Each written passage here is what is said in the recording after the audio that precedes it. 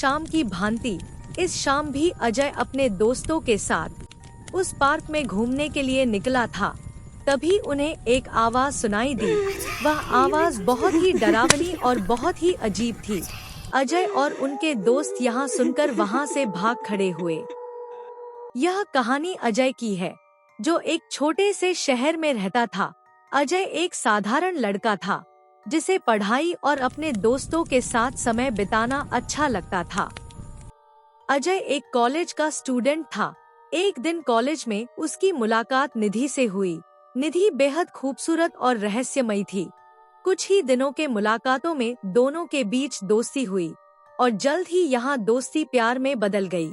अजय को निधि के बारे में कुछ नहीं पता था और बिना कुछ जानकारी के बिना वह निधि से प्यार कर बैठा। लेकिन जब भी अजय निधि के बारे में पूछने की कोशिश करता तो निधि हमेशा बात को टाल दिया करता। अजय को यह बातें थोड़ा अजीब लगता, लेकिन निधि की मनमोहक मुस्कान को देखकर उसके प्यार में ही खो जाया करता और हर बातों को भूल जाता। और निधि उसको कभी शक नहीं होने देती कि वह कौन है। अजय हमेशा निधि के प्यार में खोया रहता। निधि और अजय अक्सर एक पुराने पार्क में मिला करता, जो कि पार्क शहर के बाहरी इलाके में था और बहुत ही पुराना था। एक रात जब वे पार्क में बैठे थे, दोनों बातें कर रहे थे, तभी एक अजीब सी आवाज सुनाई दी। किसी की रोने की आवाज सुनाई दी। अचानक हवा में ठंडक बढ़ गई। अजय ने ध्यान दिया कि निधि के चेहरे का रंग अचानक सफेद पड़ गया और उसकी आंखें गहरे काले रंग की होने लगी। अजय ने डरते हुए पूछा, निधि तुम्हें क्या हुआ है? निधि ने उसकी बात को नजरअंदाज किया और कहा, चलो घर चलते हैं, यह जगह हमारे लिए सुरक्षित नहीं है। अजय को उस टाइम उसकी बातों को सुनकर अजीब लगा और वह दोनों वहाँ से चले गए। उस दिन के बाद से अजय के साथ बहुत अजीब अजीब घटना होने लगा।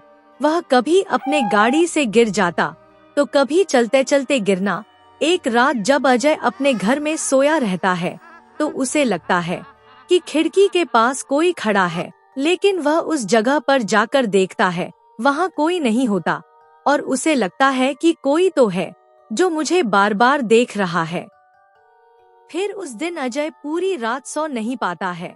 फिर अगले दिन अजय ने जब निधि के बारे में अपने दोस्तों से पूछताछ किया कि तुम लोग निधि के बारे में जानते हो क्या, तो उनका दोस्त बोलते हैं, हम किसी निधि को नहीं जानते हैं।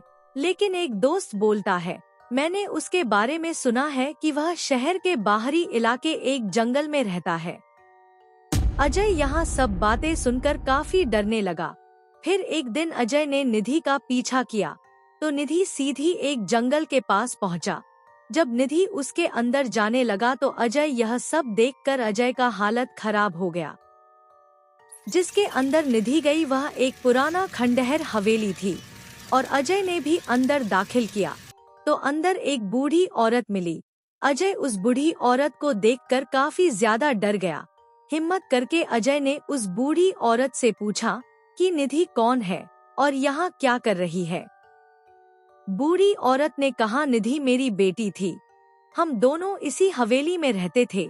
एक दिन हम दोनों उस पार्क में घूमने गए थे तो निधि की अचानक मौत हो गई। उसकी मौत आज से 3 साल पहले हो चुकी है। तब यह बातें सुनकर अजय के पैरों तले जमीन खिसक गया।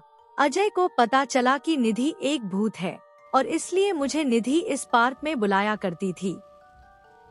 और इस तरह से अजय ने निधि से छुटकारा पाया लिया। लेकिन अजय ने निधि से उसे आखिरी बार मिलने का मन किया। अजय वही पार्क में चले गया। निधि पार्क में उसका इंतजार कर रहा था। मुझे देखते ही कहा, मैं तुमसे बहुत प्यार करती हूँ, मैं तुम्हें कोई नुकसान नहीं पहुँचाऊंगी, मैं बस यही चाहती थी कि मुझे कोई याद करे। ऐसे बोलकर निधि आकाश में विलीन हो गई। इधर अजय के आंखों में आंसू आ गया और निधि के बारे में अफसोस करने लगा।